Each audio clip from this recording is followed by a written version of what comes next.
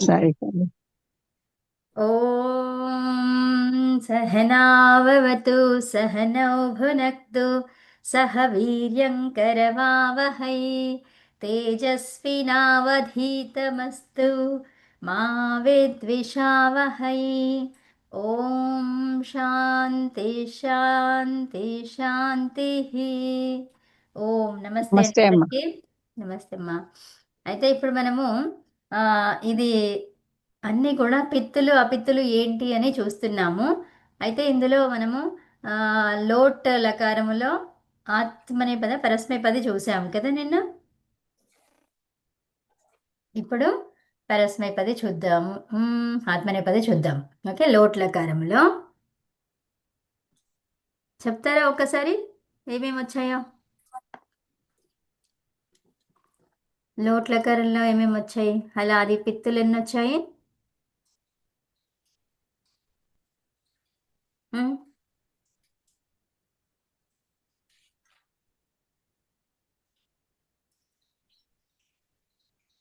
Lot లకారంలో ఎన్ని ఉన్నాయండి?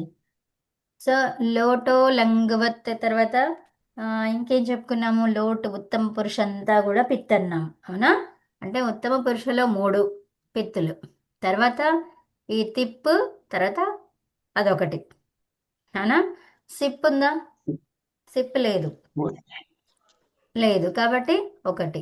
ఆరు ఉన్నాయి, అపిత్తులు 6 ఉన్నాయి. 4. 4 ఉన్నాయి కదా. సో 3 4 3 ఒకటి ఎన్నైనా ఇవి పిత్తులు 4 అయినాయి. తర్వాత మిగిలినవి ఎన్ని ఉంటాయి? 5. 5 ఆ పిత్తులు, అవునా? లోట్లకారంలో పరస్మై పదిలో పిత్తులెన్ని? 4. అపిత్తులు 5. 5. ఈ అపిత్తులు 5లో మరి ఏవేమవి? ఎన్ని అచ్చుతో మొదలైనవి, ఎన్ని హల్తో మొదలైనవి? చిదంబరం అంతే ఒకటి, ఆ తర్వాత అమ్మ ఒకటి, ఒకటి ఉత్తమం. అచ్చుతో మొదలైనవి 2, హల్తో మొదలైనవి 3 3. కదా. సో ఇలా చూసుకున్నాము. ఇది పరస్మైపదిలో. ఇప్పుడు ఆత్మనేపదిలో చూడండి. ఆత్మనేపది ప్రత్యయాలు ఏంటివి? తాతంజ ఉమ్, సాతాంత్వం ఉమ్, ఇడువని మహిళ. ఉమ్. త ఆతాం ఝ. ఇక్కడ మనకి డైరెక్ట్గా కనిపించేవి కొన్ని ఉన్నాయి చూడండి కదా. థాస్, ఆథాం, ధ్వం, ఇట్, వహి, మహిళ. మహింగ్, ఉత్తమ్.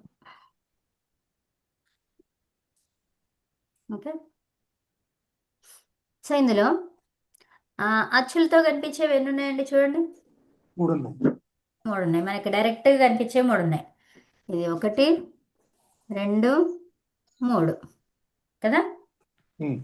ఆ, సో ఇందులో పిత్తులు ఏమైనా ఉన్నాయా? ప్రకారం కనిపిస్తుంది ఎక్కడైనా? లేదు. లేవు. మొత్తం ఆ పిత్తులు, అవునా? అన్నీ కూడా ఆ పిత్తులే. తర్వాత అచ్చుతో మొదలైనవి 3 కనిపిస్తున్నాయి. ఇంకో దానికి ఎప్పటికీ ఆదేశం వస్తూనే ఉంటుంది, అదేంటది? జక. జోకి అంత లేదా అతి అనేది వస్తూ ఉంటుంది కదా. మన సందర్భాన్ని బట్టి అక్కడ ఏమొస్తుందని తెలుస్తుంది కదా. 4 వచ్చుతున్నారని ఉమ్. అభ్యస్తం అయితేనేమో అత్ వస్తుంది. తర్వాత ఆత్మనేపది చేస్తుంది. ఆత్మనేపది అన్నదంతం అయితే ఆత్మనేపదుల్లో అత్ వస్తుంది, అవునా? ఉత్తమం. మిగతా అన్ని అదంతంగానికి మాత్రము అంతే. అంత్, అవునా? అదంతంగానికి అంత్. ఇక్కడ ఝాకి ప్రత్యయాలు చూడండి ఎలా చెప్పుకోవచ్చు అంటే ఏమేం చెప్పొచ్చు? అదంతం ఉంటే అంత్. అంత్ అంటే జస్ట్ ఝాకిది పెడుతున్నాను. అన్నదంతం అయితే అత్. ఇంకా మూడోదేంటి? అభ్యస్తం తర్వాత, అవునా? అదభ్యస్తాత్. అభ్యస్తం తర్వాత అత్. ఓకేనా? ఈ ఝాకి ఆదేశాలు ఇంతే, ఈ 3 మూడిటి కండిషన్స్ ప్రకారం అవి చేంజ్ అవుతూ ఉంటాయి. ఝాకి ఆదేశాలు అని రాసుకోండి అక్కడ.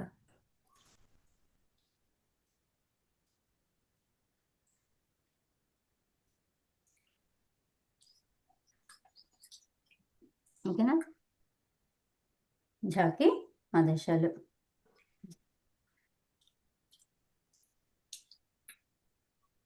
ఒక్క నిమిషం అవరా.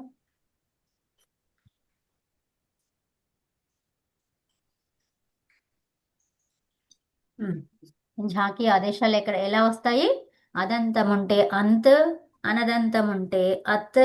అనదంతం అంటే ఏంటి? అకారము లేకపోవడం చివరిగా అంగంలో. అవునా? ఇదంతా ఎక్కడ ఉండాలి మరి? అంగంలో. ఎక్కడ ఉండాలి ఇదంతా? అంగములో. అంగములు. ఉమ్. అంగములో ఉండడం ఇదంతా.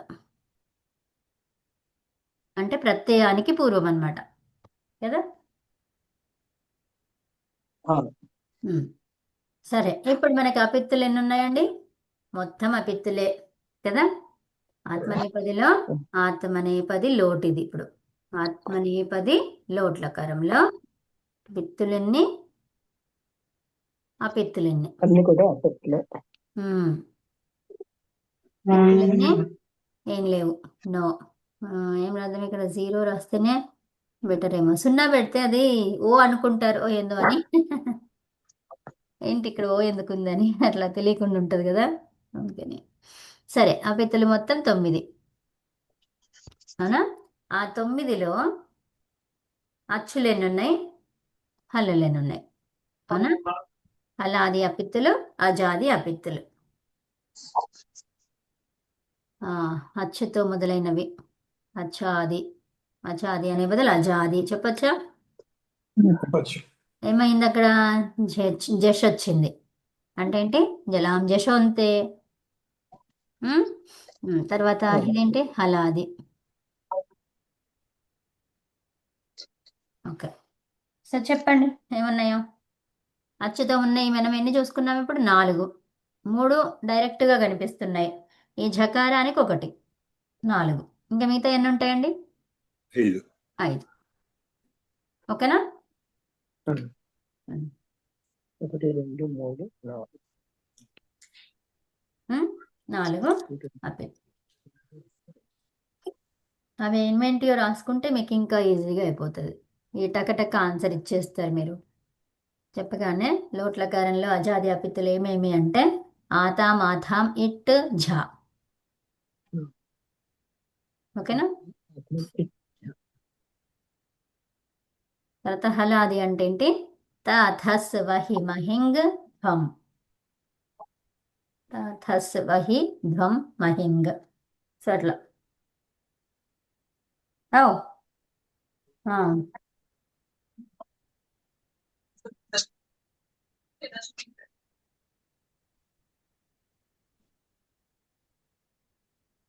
ఓకేనా? ముందుకెళ్దామా? సో ఇప్పుడు లోట్ అయిపోయింది మనది. ఇంకొకటి మిగిలింది. ఏంటది? విధిలింగ్. అవునా? ఇది క్లోజ్ చేసేద్దామా? సేవ్ చేశాను. నెక్స్ట్ ఓపెన్ చేసుకుందాం. విధిలింగులో చూడండి.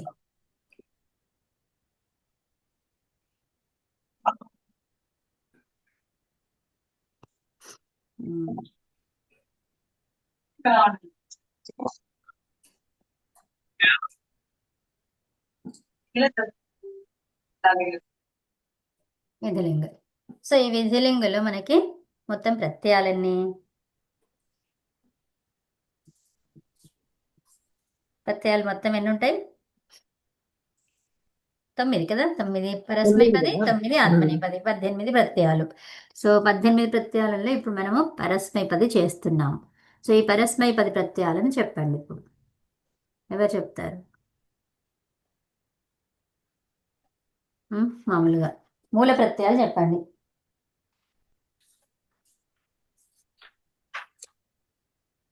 మూర్తి గారు చెప్తారా?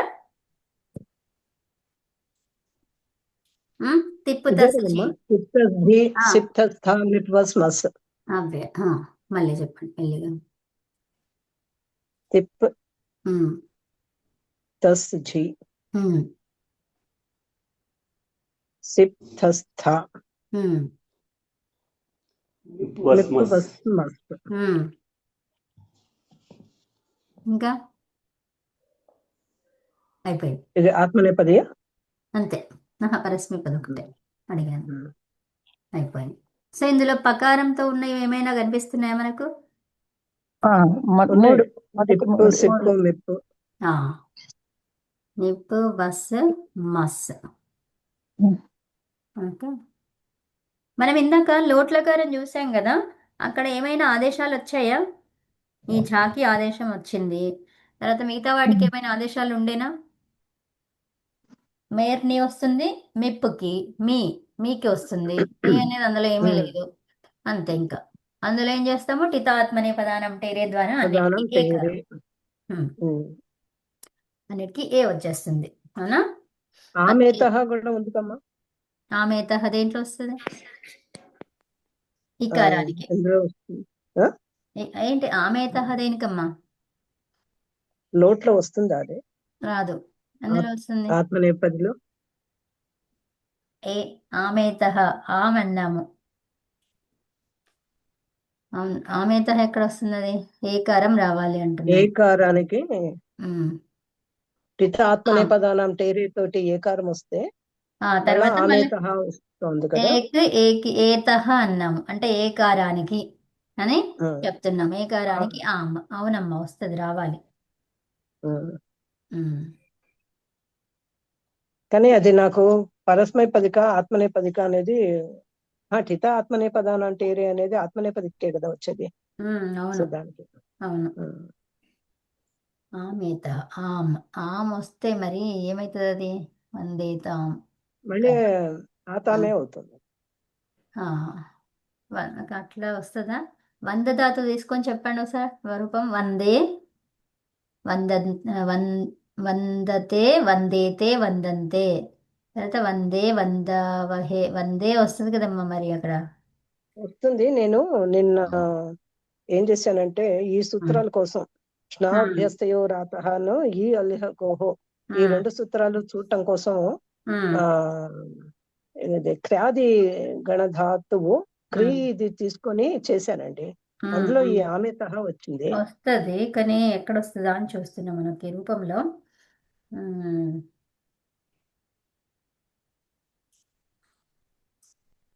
అది నేను కూడా అది చూడాలనుకున్నా, టైం ఆమ్ కుదరక. ప్రత్యయానికి ఏకారం వస్తుంది అట్లా. అది ఆమేతః ఏంటిది? ఏ కారానికి ఆమె వస్తుంది. ఏకారానికి వచ్చిందా? అంతే, షష్ఠిలో అన్నాం కాబట్టి టిత ఏతః. ఆత్మనేపదానం టేరే అవును, తోటి టీ భాగానికి ఏ వస్తుంది. అవును, ఏకారానికి ఆమ్ మళ్ళీ వస్తుంది. ఆమేతః తోటి ఏకి మళ్ళీ ఆమె వస్తుంది. అవునవును. అవును. ఆ, చూద్దాం, కరెక్టే, రావాలి అది. అవును, దేంట్లో వస్తుంది? లోట్లకారంలో మనకి ఆతాం అనే నోట్లో చూశాను. అదే ఆతాం అనే ప్రత్యయం ఉంది కదమ్మా. ఆ, అన్నిటిలో కూడా ఆతాం అనేది ఉంటుంది కదా. ఆతాం తర్వాత ఆతే, అవునా? ఆ, ఆ, ప్రథమ పురుషలో ప్రథమ పురుష ఆ, ఏమొచ్చింది? ప్రత్యయం ఏది? ద్వివచనం, అవునా? ఆ, అక్కడ ఏమొచ్చింది? ఆతాం, అవునా? ఆ, ఆతాం ఆథాం, అవునా? ఆ. ఆతాం అక్కడ ఆథాంలో అన్నింటికి ఏమొచ్చింది? వచ్చిందమ్మా. తాకి ప్రథమ పురుష ఏకవచనంలో తాకి తే అవుతుంది కదా టిత అదే, ఆత్మనేపదానం టేరే తోటి. అక్కడ కూడా ఆమెతః వచ్చింది. ఇక్కడ చూడండి అమ్మా, ఆతే ఆథే ఉందా? ఆ, వీటికి ఏమొస్తుంది? ఏకారానికి తాకేకి ఏత మళ్ళీ ఆమ్. ఆ థామ్ వస్తుంది. ఆమేతః. సో ఆమేతః వచ్చేసి ఏమైనది? మళ్ళీ ఆతాం ఆథాం వచ్చింది అనమాట రూపం. అవి అలాగే ఉండిపోయినాయి. ఉండిపోయినాయి అంటే ఎందుకు? ఇలా వచ్చేసి అలా జరిగింది. లోట్లకారంలో ఉన్నటువంటి ఏకారానికి ఆమ్ ఆదేశం వస్తుంది. లోట్లకారం అన్నిటిలో కూడా ఆమ్ ఆదేశము వస్తుంది. అందుకని ఇప్పుడు వందతే ఉంది. వందతే ఏమైపోయినది? తే ఉంది కదా, ఏ ఉంది. ఏకారానికి మళ్ళీ ఏం కావాలి? లోట్లకారం కదమ్మా. ఆమె అన్నిటికీ ఆమె వస్తుంది. అర్థమైందా? వస్తుందా? అంతే కదమ్మా. ఉమ్, ఉమ్. చూపిస్తాను మళ్ళీ ఒకసారి రూపం చూపిస్తా ఇప్పుడు ఇందాక రాసిన దాంట్లోనే. సరే, ఉమ్, ఇది చూడండి. తిప్ తస్ ఝి, సిప్ థస్ థ, ఉమ్, పిప్ వస్ ఉమ్, మస్. వీటన్నిటిలో ఇప్పుడు మనం పరస్మైపది అని చెప్పుకున్నాం కదా. సో ఉమ్. పరస్మైపదిలో మనకి పిత్తులు ఎన్ని ఉన్నాయి, ఆ పిత్తులు ఎన్ని ఉన్నాయి, అవునా? ఎందులో విధిలింగ్లోనా? ఉమ్, విధిలింగ్లో పిత్తులు 3 ఉన్నాయి. ఏకవచనం, ప్రతి పురుషులో ఏకవచనంలో ఉమ్. పిత్తులు ఉన్నాయి. తిప్పు, సిప్పు, మిప్పు ఆ, 3. సో పిత్తులు 3 ఉన్నాయి. ఇంకా అందులో ఏమైనా మార్పులు జరుగుతాయా? విధిలింగి అనేది ఏంటిది? అది గకారం ఎత్తైనటువంటిది కాబట్టి గిత్తులకారం. గిత్తులకారంలో ఏం మిత్తుల చెప్పుకున్నాము మిప్పుకి? మిప్పే కాదు, అన్ని కూడా తస్ థస్ థా మిప్. ఏం చెప్పుకున్నాము? తస్ థస్ థ మిపాం. తస్థమిపాం తాంతం తామహ. ఉమ్. సో సో అప్పుడు ప్రస్తుతి ఏమైపోయినది? అమ్మ అయిపోయినది. అమ్మ అయినా కూడా ఆ ఆదేశం ఏంటి? మిప్. మిప్పుకి వచ్చింది కాబట్టి అది కూడా పిత్తే, అవునా? అర్థమైనా? ఆదేశం ఏంటి? అది కూడా పిత్తే. ఎందుకు? పిత్త స్థానంలోనే వచ్చింది కాబట్టి ఈ అమ్మ అనేది కూడా పిత్తే. ఇది ఝా స్థానంలో అతి గాని ఏమన్నాం? ఇక్కడ జీ ఉంది కాబట్టి అతి రాస్తున్నాను. అతి గాని అంతి గాని అన్నాం. అంతి ఎప్పుడు వస్తుంది చెప్తారా? 3 మనం రాసుకున్నాం కదా, అందులో ఉంది కదా, ఎవరైనా చెప్పండి. అతి అనేది ఉమ్, ఆత్మనేపదేశ్వనత ఉమ్. అనదంతము. ఉమ్, అత్- ఉమ్, అనదంతమైన అంగం గనక ఉంటే ఉమ్, అప్పుడు అత్తు వస్తుంది జకారానికి. ఉమ్, ఉమ్. ఇంకా జా కాబట్టి అత అయింది. తర్వాత ఇంకా అంతి ఎప్పుడు వస్తుంది? ఇంకా అది అర్థమైతే ఆ, ఇప్పుడు ఇందాక మీరు ఉండండి. ఇందాక రాసుకున్న వాళ్ళు ఉన్నారు కదా, అది చూస్తూ చెప్పండి ఏమేమి రాసుకున్నారు అక్కడ. అతి ఎప్పుడు వచ్చిందని అత్ అని రాసుకున్నారు కదా, చెప్పండి. అదే అనంతానికి వచ్చింది, ఇంకా అభ్యస్తానికి కూడా. ఆ, ఇక్కడ అన్నదంతం అని రాశారు కదా, అక్కడ ఆత్మనేపదిని కూడా యాడ్ చేయండి. జస్ట్ అన్నదంతం ఉండి ఆత్మనేపద అయితేనే అది వస్తుంది. మళ్ళీ పరస్మైపద అయితే ఏమొస్తుంది? అంతే. అంతి. అర్థమైనా? అది జస్ట్ ఆత్మనేపదికే వ్యాలిడ్.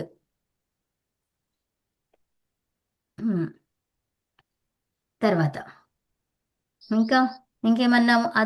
అంతు రావాలంటే అదంతం కూడా ఉండాలి. అదంతం ఉండాలి. అదంతం కూడా కాదు, అదొకటే. అదంతం ఉంటేనే వస్తుంది, ఇంకా మిగతాది ఏదున్నా రాదు. ఉమ్? ఉమ్. అది. సరే, పిత్తులు ఎన్ని ఉన్నాయి ఇక్కడ మనకు? విధిలింగుల పిత్తులు 3, ఆ పిత్తులు 6, అవునా? ఆ, ఇక్కడ అజాది ఆ పిత్తులు ఎన్ని, హలాది ఆ పిత్తులు ఎన్ని? అజాది, ఇదేమో హలాది. అజాది అప్పిత్తులు ఒకటే. ఝ, రెండమ్మా, అత్. మంచిగా చూడండి. ఎక్కడ? ఝ, తర్వాత మిప్పుకి మిగిలినవి అమ్మ వచ్చింది 4. కానీ అది పిత్తువత్తే కదా. సో కాబట్టి ఆ పిత్తులో మనకి రాదు. ఉత్తమం, సూపర్. ఎన్ని ఉన్నాయి? ఒకటే, అవునా? అర్థమైందా అండి ఇది? ఇప్పుడు మనం మన అమ్మని రాసేస్తాము కానీ రాసిన తర్వాత ఏమనిపిస్తుంది? అక్కడ ఏమున్నది? పిత్తులో ఉంది. అర్థమైందా? మనకు కావాల్సింది ఏంటి? ఆ పిత్తులు, అవునా? ఒకటి. తర్వాత మిగిలినవి ఎన్నండి? 6లో నుంచి 1 పోతే 5. 5. క్లియరా? సరే, ఇప్పుడు దీనికి ఏమన్నా ఆదేశాలు ఉన్నాయా? యా సుట్టు ఆదేశం. ఏం ఆదేశం వస్తుంది? యాసుట్. యాసుట్ వస్తుంది. యాసుట్లో మిగిలింది ఏంటి? యాసుట్ అన్నాం మనం. యా యాసుట్. మిగులుతుంది. యాసుట్లో మిగిలింది ఏంటండి? ఇటకారానికి హలంత్యం ద్వారా ఇత్తు సంజ్ఞ అనునాసిక అచ్చుకి ఊ, అనునాసిక ఊకారం. ఉకారం, అనునాసిక ఉకారానికి ఇత్త సంజ్ఞ. తర్వాత ఏమన్నాము, ఈ సుట్టు ఎప్పుడైతే వచ్చిందో తా లేదా థా, ఈ తా థాలు ఎక్కడ కనిపిస్తున్నాయి? తిప్పు తస్ ఝీ ఇవన్నిటిలో తా గాని ఆదిగా థా గాని ఎక్కడెక్కడ కనిపిస్తుంది చూడండి. మధ్యం పురుషుడు. మధ్యమ పురుష ఆ ఆ, ప్రత్యయాలు చెప్పండి. ఇప్పుడు తాంలో కూడా తా కనిపిస్తోంది, తమ్లో కూడా తా కనిపిస్తోంది. తా తా ఎక్కడ చెప్తున్నారమ్మా? తిప్పు తస్ జీలో తమ్ము తా ఎక్కడుంది? తిప్పు తస్ ఉమ్, హరస్మెంట్ అది చెప్తున్నారా? తిప్పు అవును. తస్ జీ. ఆ. ఉమ్, ఇక్కడ అచ్చా, మీరు బోర్డు ఇది చూస్తలేరా? నేను కింద రాసింది చూస్తాను. ఆహాహా. ఓకే, చూడండి. తకారంతో మొదలైన ప్రత్యయాలు ఏమున్నాయి? తకారము, తస్ థకారం. తస్ థా ఆ, ఎవరు మీరు? మన మూడున్నాయండి తకారము. చెప్పండి, పేర్లు చెప్పండి. తస్సు థస్సు థ ఇంకా తకారంతో మొదలైనవి. నేనేమన్నాను? తకారంతో మొదలైన ప్రత్యయాలు అన్నాను అంతే. అదా ఇదా అని చెప్పలేదు. ఉమ్? ఎన్నున్నాయి? మూడు. మూడున్నా? తిప్పు ఒకటి ఉంది, తకారంతో తకారం టీ కూడా తిప్పు ఉంది కదా, తిప్పు ఉంది, 4 ఉన్నాయి. తిప్పు 4 ఉన్నాయి. 4 నాలుగు ఉన్నాయి. నాలుగు. 4. ఓకే, 4 ప్లేస్లలో ఏమొస్తుంది? సుట్టు కూడా వస్తుంది. ఏమొస్తుంది? చుట్టు కూడా వస్తుంది. సుట్టి చౌగ సూత్రం కదా. ఆ, సుట్టు కూడా వస్తుంది. అయితే ఏంటి, ఇక్కడ టకారానికి హలంత్యం ద్వారా ఇత్తి సంజ్ఞ, ఉకారం అచ్చు అనునాసిక అచ్చుకి ఇత్తి సంజ్ఞ. మళ్ళీ తర్వాత సకారానికి ఏం చెప్పుకున్నాము? సలోపో అనంత్యస్య. ఏమన్నాము? ఏమన్నాము? సలోపో ఎక్కడ అది? ఈ సకారానికి లోపం వస్తుంది, ఆ, చివరనున్న సకారానికి కదా. ఒక్క నిమిషం. సలోపో అన్నాను, సలోపో అనంత్యస్య అన్నాను. ఏ లకారంలో వస్తుంది? మనం చేసేది ఏ లకారం ఇప్పుడు? విధిలింగు. విధిలింగులో వస్తుంది. అయితే సూత్రం ఏంటి? లింగః. లింగః సలోపో సలోపో సలోపో సలోపోనంత్యస్య. ఏం చెప్పాలి దాన్ని? అనంత్యస్య అని చదవద్దు. నేను సలోపో ఒక్క నిమిషం, సలోపో అంత్యస్య. అంత్యస్య కాదు, వినండి ఒక్క నిమిషం. సలోపో అంత్యస్య. ఆగండి. సలోపో నంత్యస్య. ఓహో, ఏంటి? సలోపో నంత్యస్య. వినండి, ఒక్కసారి వినండి, మంచిగా వినండి. చెప్పేటప్పుడు వినాలి, తర్వాత మీరు అడుగుతున్నప్పుడు మంచి చెప్పండి. సలోపో నంత్యస్య. సో ఇప్పుడు చూడండి, సకారానికి లోపం అంటున్నాం. ఎక్కడ అది? లింగః అన్నానండి. ఏమన్నాను నేను? లింగః. లింగః. అయ్యో, ఓకే. సో లింగః అన్నాను. లింగః అంటే లింగులు ఎన్ని ఉన్నాయండి? విధిలింగ ఆశీర్లింగ 2. విధిలింగు ఒకటి ఉంది, ఆశీర్లింగం. ఆశీర్లింగు ఒకటి ఉంది. ఆశిషి, ఆశి. ఓకేనా? ఆశిషి అంటే ఏంటి? ఆశీర్వాదం ఇచ్చిన కాదు, అదే దాని గురించే అడుగుతున్నాను. ఆశిషి అంటే మనకి ఆశీర్వాదం కాదు. అమ్మా కాదమ్మా. ఆశిషి అంటే అర్థం ఏంటి? ప్రాప్తించని దానిపై కోరిక. ప్రాప్తస్య అప్రాప్తి. అమ్మ కాదు, అప్రాప్త విషయము పైన కోరిక. ఏంటి? అప్రాప్తస్య, అప్రాప్తి ఉన్న వాటిపైన ఇచ్ఛ, కోరిక. ఏం చెప్తారు? ప్రాప్తించని వాటిపైన కోరిక. మనకి దొరకదు, ఆ దొరకని దానిపైన కోరిక, ఇష్టం. అర్థమవుతుందా? దొరకని దానిపై ఇష్టం, మక్కువ. దానిపైన ఇష్టం పెరగడం అనమాట. అది కావాలి అనుకోవడం. లేని దానిపైన నాకు అది కావాలి, ఇప్పుడు నాకు దొరకదు, ఇప్పుడు నాకు అది కావాలి, అంతే. అట్లా అనమాట. ఓకే. సో దానిపైన కోరిక. ఆశిషి అంటే ఏంటి? ప్రాప్తించని దానిపైన కోరిక, అంతే. ఆశిషి అంటే ఆశీర్వాదం అని కాదు. దాని అర్థం ఏంటి అంటే ఇది చెప్పాలి. ఆశీర్వాదం ఎందుకు ఇస్తారు? నీకు అది దొరకదు కాబట్టి కావాలి అని చెప్తారు. అది కలుగుగాక అంటారు. అర్థమైందా? ఆశీర్వాదం ఏంటి? అది లేని దానిపైన నీకు ఇస్తున్నారు. ఉంటే వాళ్ళు అంటే ఇవ్వడం కాదు అక్కడ. అదేంటి, ఏం చేస్తున్నారు అక్కడ? జస్ట్ సపోర్ట్ లాగా చేస్తున్నారు. అర్థమైందా? ఎవరు ఏది ఇవ్వరు, మన ప్రయత్నమే ఉంటుంది అంతే. భగవంతుడు కూడా ఏమి ఇవ్వడు, మనం ఏం చేస్తే దానికి చూపిస్తాడు అంతే ఫలితం. అర్థమైందా? ఎవ్వరేమి ఇవ్వరండి, మన ప్రయత్నమే మనల్ని తీసుకెళ్తుంది అంతే. అంటే నువ్వు చేసే ప్రయత్నం ఫలించుగాక అని ఫలించు అంటే ఏంటి? మీరు ప్రయత్నం చేయకపోతే ఎక్కడి నుంచి వస్తుంది? అదే అదే ప్రయత్నించేలాగా మిమ్మల్ని కాదు కాదు, వినండి. ప్రయత్నించేలాగా ఎవ్వరు ఏం చెయ్యరు, మనమే చెయ్యాలి. ప్రార్థన చేస్తున్నావు, ఎందుకు చేస్తున్నావు? నీ ఫలితం నీ శ్రమ ఫలించాలి. కాదు, ప్రార్థన ఎందుకు చేస్తున్నావు? ఊరికే కూర్చుంటే ఏది రాదు కదా. ఏం చేయాలి? పని చేస్తూనే ఉండాలి, చేస్తుంటేనే వస్తుంది. అది చేస్తుంటే, మరి మనమే చేస్తుంటే మనకే వచ్చిన తర్వాత మరి భగవంతుడు ఎందుకు మధ్యలో? ఎందుకండి? సో ఇప్పుడు మనం ఇక్కడ కూర్చొని చదువుకుంటున్నాము, అవునా? ఇప్పుడు మీరు ఒక్కరిగానే చదువుకుంటున్నారు, తర్వాత అందరు ఒక్కొక్కరుగానే చదువుకుంటున్నారు, ఎవరికి వారి ఏది లేదు కదా. సో అయితే ఒక గ్రూప్లో వచ్చి ఎందుకు చదువుకుంటున్నాం చెప్పండి? ప్రేరణ కోసం. అంతే, అర్థమైందా? ప్రేరణ కదా. ప్రేరణ కోసము. మళ్ళీ తర్వాత ఇంకొకరు ఏదో చెప్తూ ఉంటే అక్కడ జోక్స్ కానీ కొంచెం ఏదో సందర్భం కానీ ఏదన్నా చెప్తున్నప్పుడు అది మళ్ళీ మనకి గుర్తొస్తాయి. అర్థమైందా? ఒంటరిగా చదువుకుంటున్నప్పుడు ఇవన్నీ మిస్ అవుతాం, అందుకని అది గుర్తు రాదు. ఎందుకంటే సాఫీగా ఒకేలాగా చదువుకుంటూనే ఉన్నాం, అక్కడ ఏ జోకు లేదు, ఏది లేదు అక్కడ, అవునా? జోక్ అనే కాకుండా ఏ సందర్భము లేదు, తర్వాత ఏమీ విషయం మీద ఉదాహరణలు లేవు, ఏమీ లేవు. ఇక్కడ వచ్చేసరికి ఏమైపోయింది, ఒకరు ఇలా చెప్తారు, ఒకరు అలా చెప్తారు, అప్పుడు వాళ్ళను వారించడము లేకపోతే ఏదో ఒకటి జరుగుతూ ఉంటుంది కదా, మన సిచ్యువేషన్స్ కొన్ని జరుగుతూ ఉంటాయి, అవునా?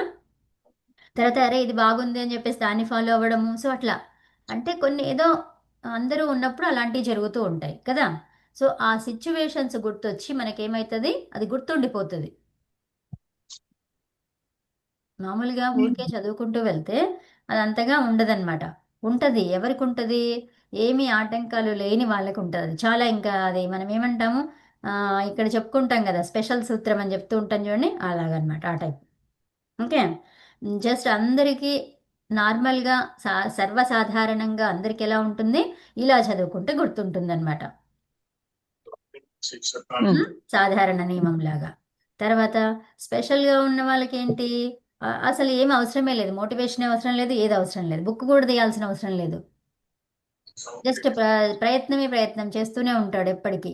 సో అప్పుడు ఇంకా ఏ బుక్ అవసరం లేదు, తనకి అదే ఆటోమేటిక్గా వచ్చేస్తుంది. ఎందుకంటే తనలో ఉన్న ఆసక్తి అందరిలో ఉంది, కానీ ఇక్కడ ప్రయత్నం జరుగుతూనే ఉంది. అర్థమైందా? సో అదనమాట. ఓకే, సో లింగులో మనకి విధిలింగ్ ఉంది, ఆశిషి ఉంది. ఆశిషి అంటే అర్థం ఏంటి? ప్రాప్తస్య అప్రాప్తస్య విషయే ఇచ్ఛ. అప్రాప్తము అమ్మ, ప్రాప్తస్య కాదు, అప్రాప్తము, ప్రాప్తించని దానిపై కోరిక. అదే అమ్మా, అప్రాప్తస్య. సత్యవతమ్మకి అప్రాప్తస్య ప్రాప్తి. ప్రాప్తి కాదమ్మా, ఇచ్ఛ, కోరిక. ప్రాప్తస్య ఇచ్ఛ, అంతే కదా. అంతే అంతే.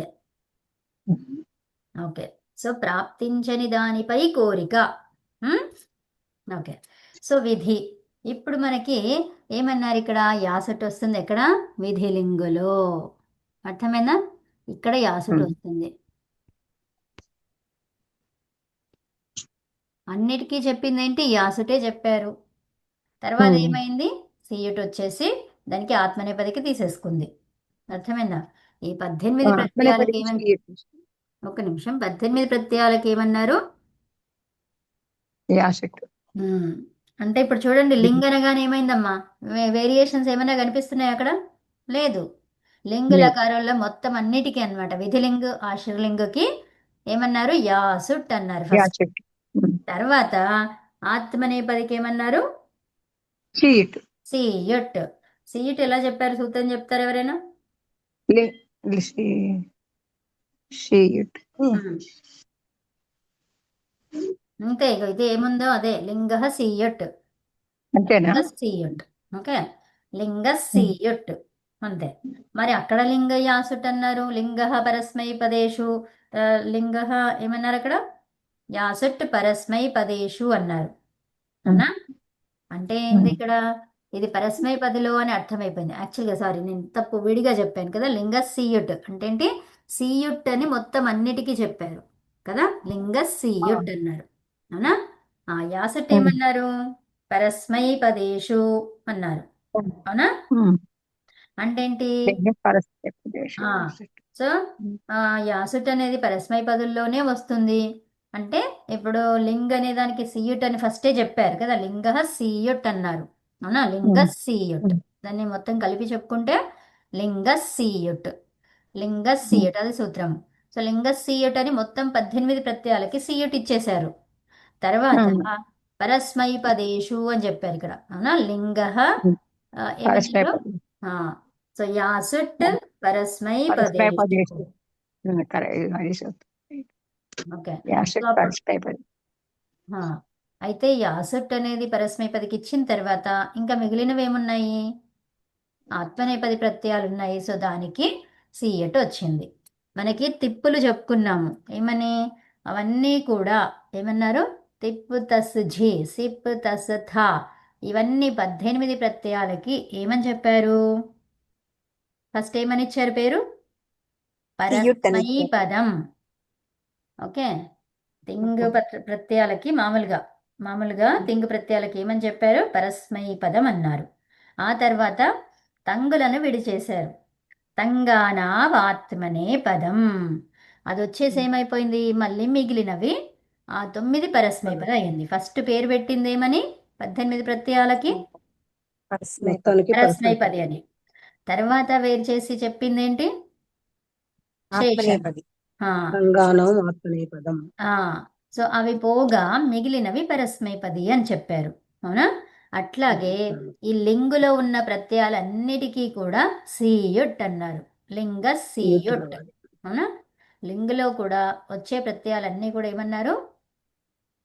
సీయుట్ వస్తుంది. సీయుట్ వస్తుందన్నారు. ఆదేశంగా వస్తుందా, ఆగమంగా వస్తుందా? సీయుట్ ఆగమంగా వస్తుంది. ఉత్తమం. దేనికది? లింగులకార ప్రత్యయము పరంగా ఉంటే. మరి లింగులకార ప్రత్యయం అని ఎలా అనుకుంటావు నువ్వది? అంటే లకార స్థానములో, ఏ లకార స్థానంలో వచ్చింది అది? తిప్పు తస్ జీలు లింగ లకార స్థానంలో వచ్చింది. అందుకే మనం ఏమన్నాము? లింగాదేశ తింగ్ ప్రత్యయం అని చెప్పుకున్నాం. అవునా? అర్థమైందా? లింగాదేశ తింగ్ ప్రత్యయం అంటే ఏంటి?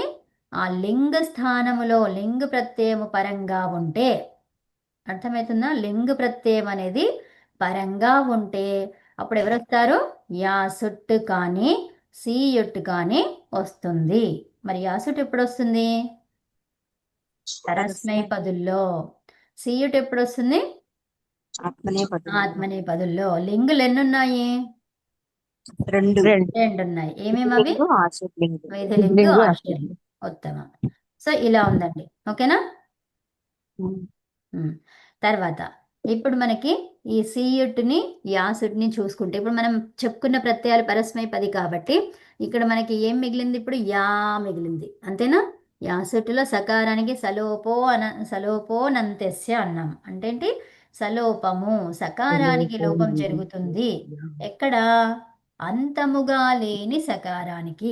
పదాంతములో ఉందా సకారము? లేదు, మధ్యలో ఉంది.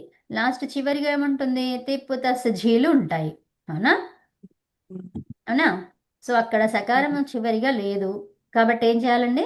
సకారము అంతముగా లేని సకారానికి లోపం జరుగుతుంది. సో మిగిలింది ఏంటి మరి? యాసుట్టులో టకారానికి హలంత్యం ద్వారా ఇత్తి సంజ్ఞ, ఊకారానికి అనునాసిక అచ్చు ఉకారము, అనునాసిక ఉకారానికి ఏం సూత్రం అది? ఇత్తి సంజ్ఞ. కాబట్టి వాటి రెండిటికి తస్య లోప, అదర్శనం లోప అయిపోయింది. తర్వాత సకారం కనిపిస్తుంది. మరి రెండిటిలో సుట్టులో సావుంది, యాసుట్టులో సావుంది. అప్పుడు సాన్ ఏం చేద్దాం ఇప్పుడు? సలోపో అనంత్యస్య అనే సూత్రం ద్వారా మధ్యలో అంటే అంతములో లేని సకారాన్ని లోపం చేయాలి. ఎక్కడ అది?